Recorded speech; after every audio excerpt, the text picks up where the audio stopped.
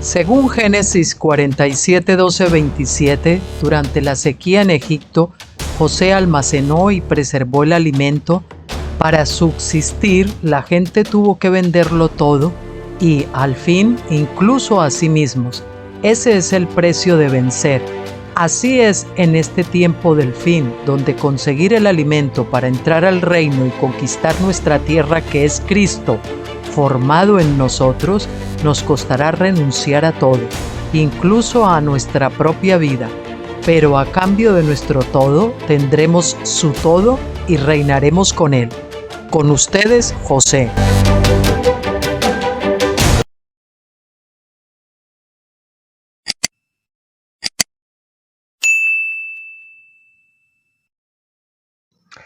Hola, muy buenas tardes, ¿cómo están? ¿Cómo lo han pasado? Aquí José con ustedes de nuevo para continuar con el estudio del libro 1 de Apocalipsis del doctor Stephen Jones, y hoy nos toca el capítulo 7 que se titula La segunda venida de Cristo. Así que sin más nos sumergimos en él. Dice así: Juan continúa en Apocalipsis 1:7. He aquí que viene con, es decir, meta, la palabra meta es con las nubes, y todo ojo le verá, aun los que le traspasaron, y todas las tribus de la tierra se lamentarán por él. Así sea. Amén. El concepto del Mesías viniendo con las nubes es una referencia a Daniel 7 del 13 al 14, donde el profeta habla del tiempo en que las naciones son juzgadas. Seguí mirando en las visiones nocturnas y aquí con las nubes, subrayamos con las nubes del cielo, venía uno como un hijo del hombre, y se acercó al anciano de días y se le presentó. Y a él le fue dado dominio, gloria y un reino. Jesús se aplicó a sí mismo la profecía de Daniel en su juicio ante el concilio, cuando el sumo sacerdote conjuró a Jesús para que le dijera la verdad de acuerdo con la ley de Levítico 5:1. Y saben que según esa ley Jesús estaba obligado a decir toda la verdad y nada más que la verdad. Mateo 26:64 dice: Jesús le dijo: Tú mismo lo has dicho, sin embargo os digo que en lo sucesivo veréis al Hijo del Hombre a la diestra del poder, y que viene en las nubes del cielo. El sumo sacerdote, asumiendo que Jesús era un impostor, rasgó su túnica y lo sentenció a muerte bajo un cargo de blasfemia, es decir, de perjurio. Pero Juan contradice a Caifás, afirmando que el testimonio de Jesús era verdadero. De hecho, Jesús es aquel que se presentará al anciano de días para recibir dominio, gloria y un reino. Si bien algunos pueden afirmar que esta profecía se cumplió cuando Cristo ascendió al trono del cielo, creo que se cumplió en ese momento, pero solo parcialmente. Considere la parábola de Jesús acerca del noble que se fue a un país lejano para recibir un reino y regresar. Lucas 19:12.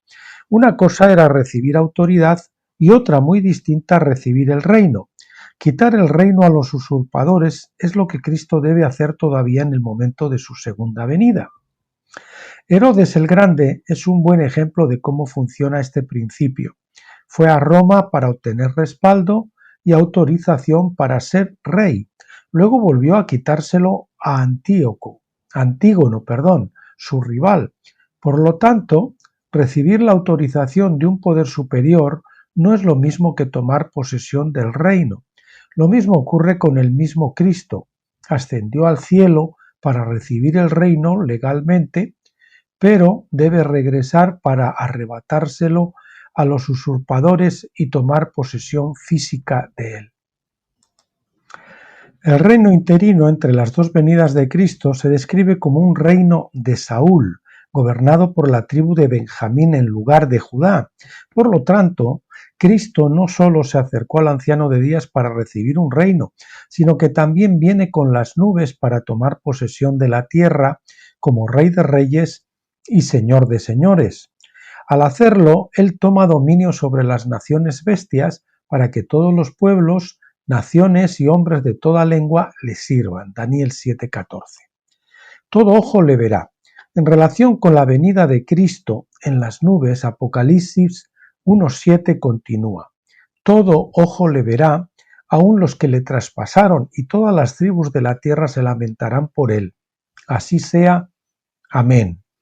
Juan estaba parafraseando Zacarías 12:10, que dice: y derramaré sobre la casa de David y sobre los habitantes de Jerusalén espíritu de gracia y de súplica, y me mirarán a mí, a quien traspasaron, y llorarán por él, como quien llora por un hijo único, y llorarán amargamente por él, como el llanto amargo por un primogénito.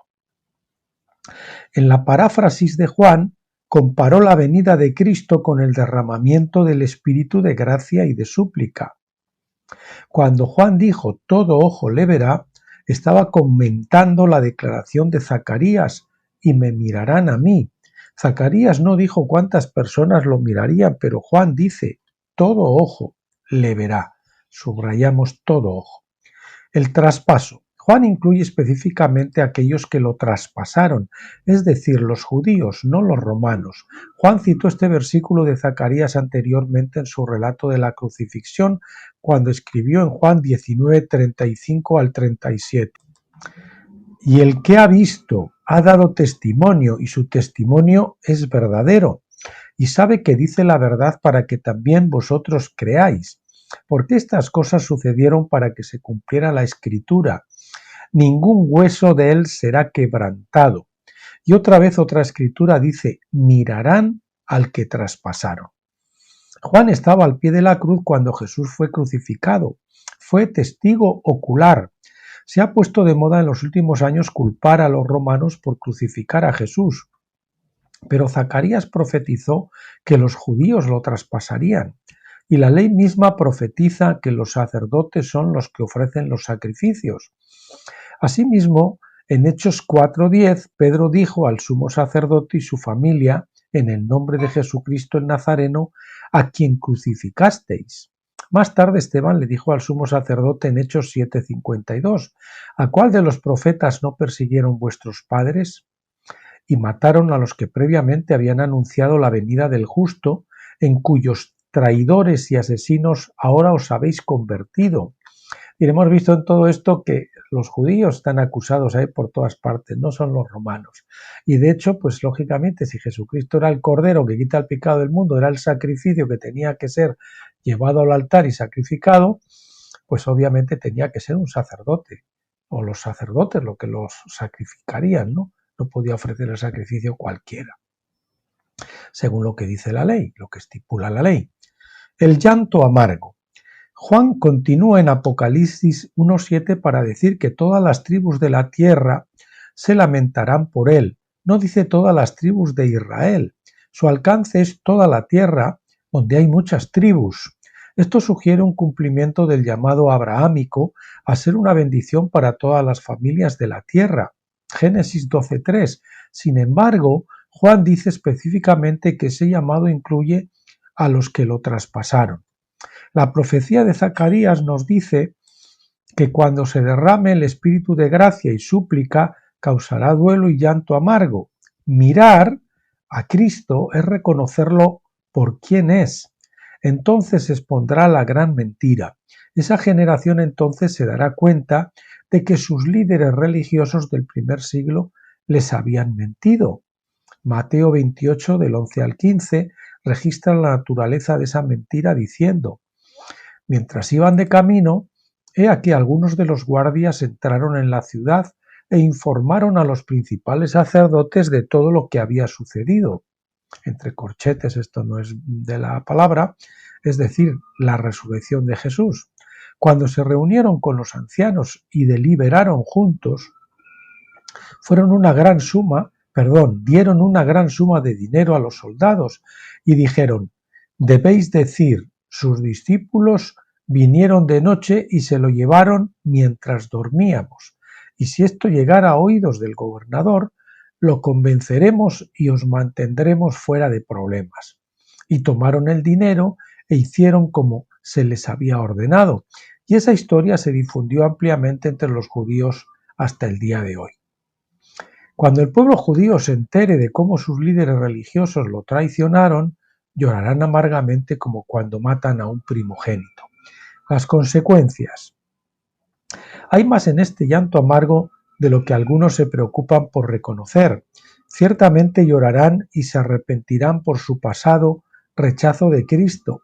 Sin embargo, el pecado tiene consecuencias, especialmente la hostilidad duradera contra Dios. La parábola de la viña de Jesús en Mateo 21 del 33 al 41 muestra la consecuencia de matar al hijo del dueño de la viña. De hecho, Jesús permitió que los principales sacerdotes y los ancianos se juzgaran a sí mismos al preguntarles, es decir, ellos se dieron el veredicto a sí mismos. Por tanto, cuando venga el dueño de la villa, les pregunta a Jesús, ¿qué hará con esos labradores?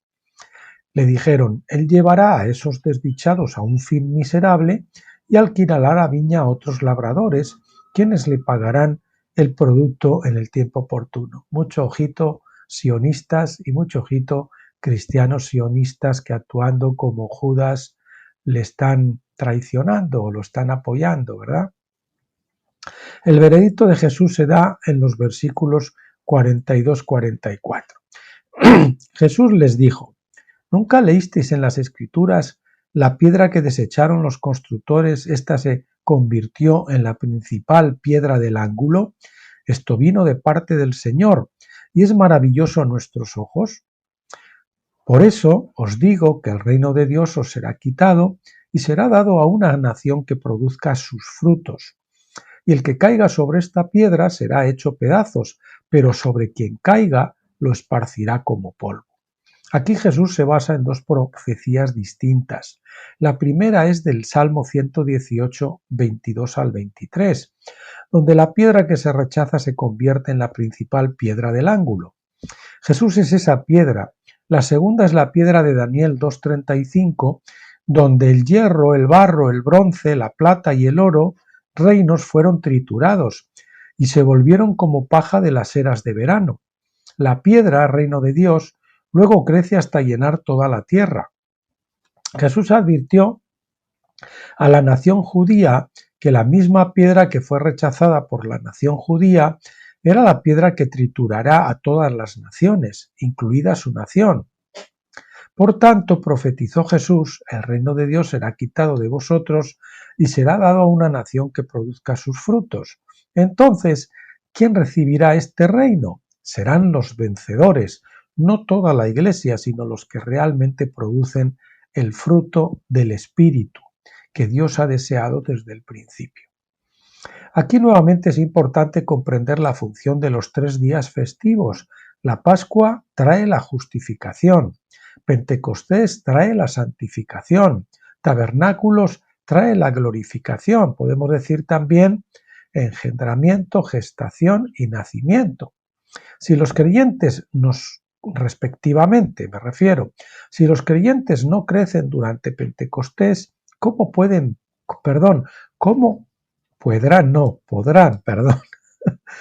podrán producir los frutos en el tiempo de la cosecha cuando se celebre tabernáculos?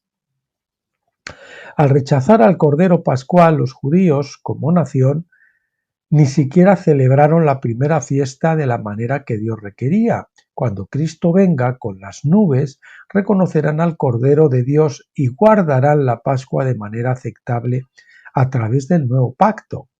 Sin embargo, no tendrán tiempo para crecer espiritualmente y por lo tanto no estarán calificados para gobernar en el reino.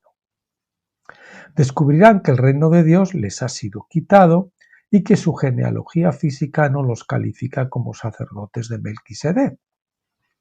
El regreso de David a Jerusalén.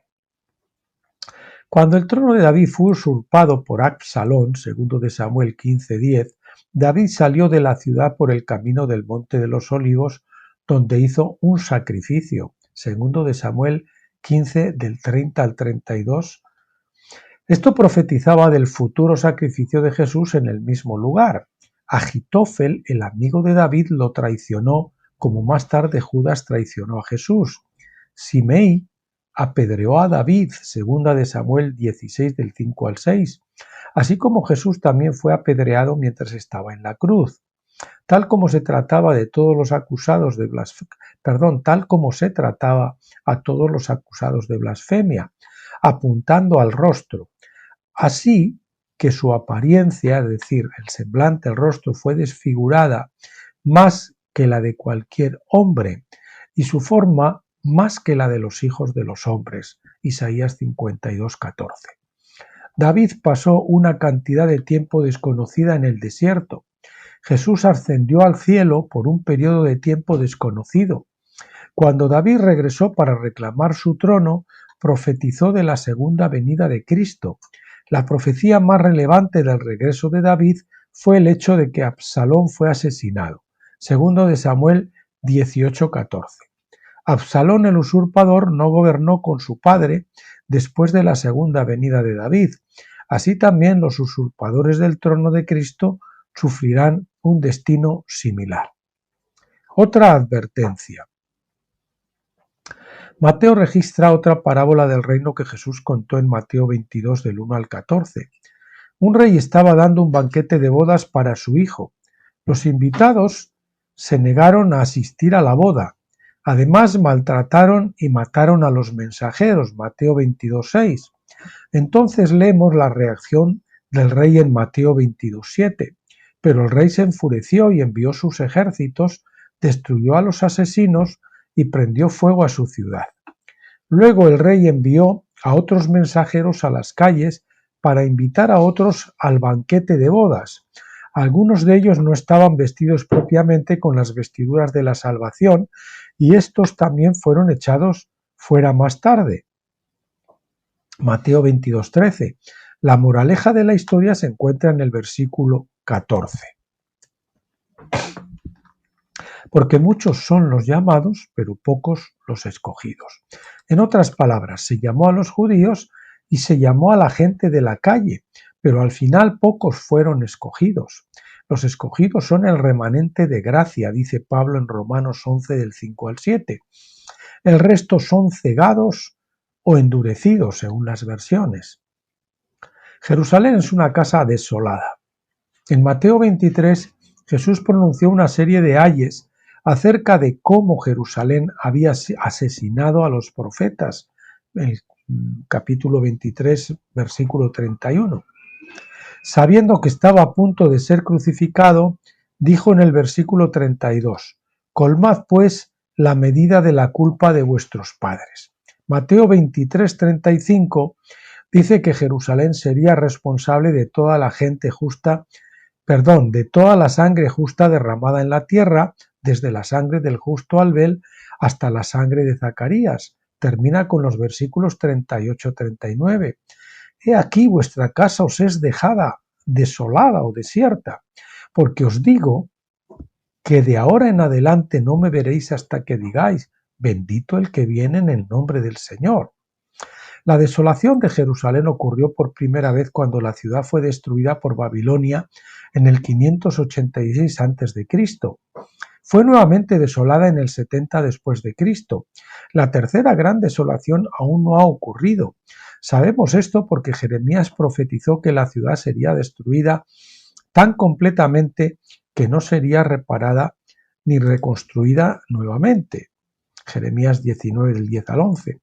Lo ilustró rompiendo una vasija en el valle de Ben Hinnom, o Gehenna en griego.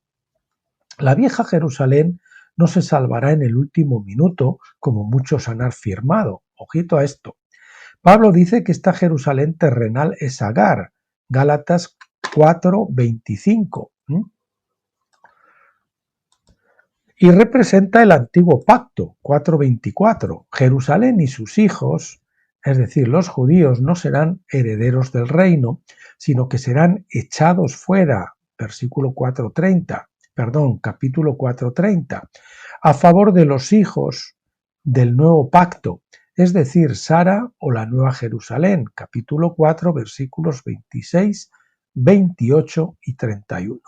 Cristo vendrá en algún momento alrededor del tiempo de la destrucción de Jerusalén.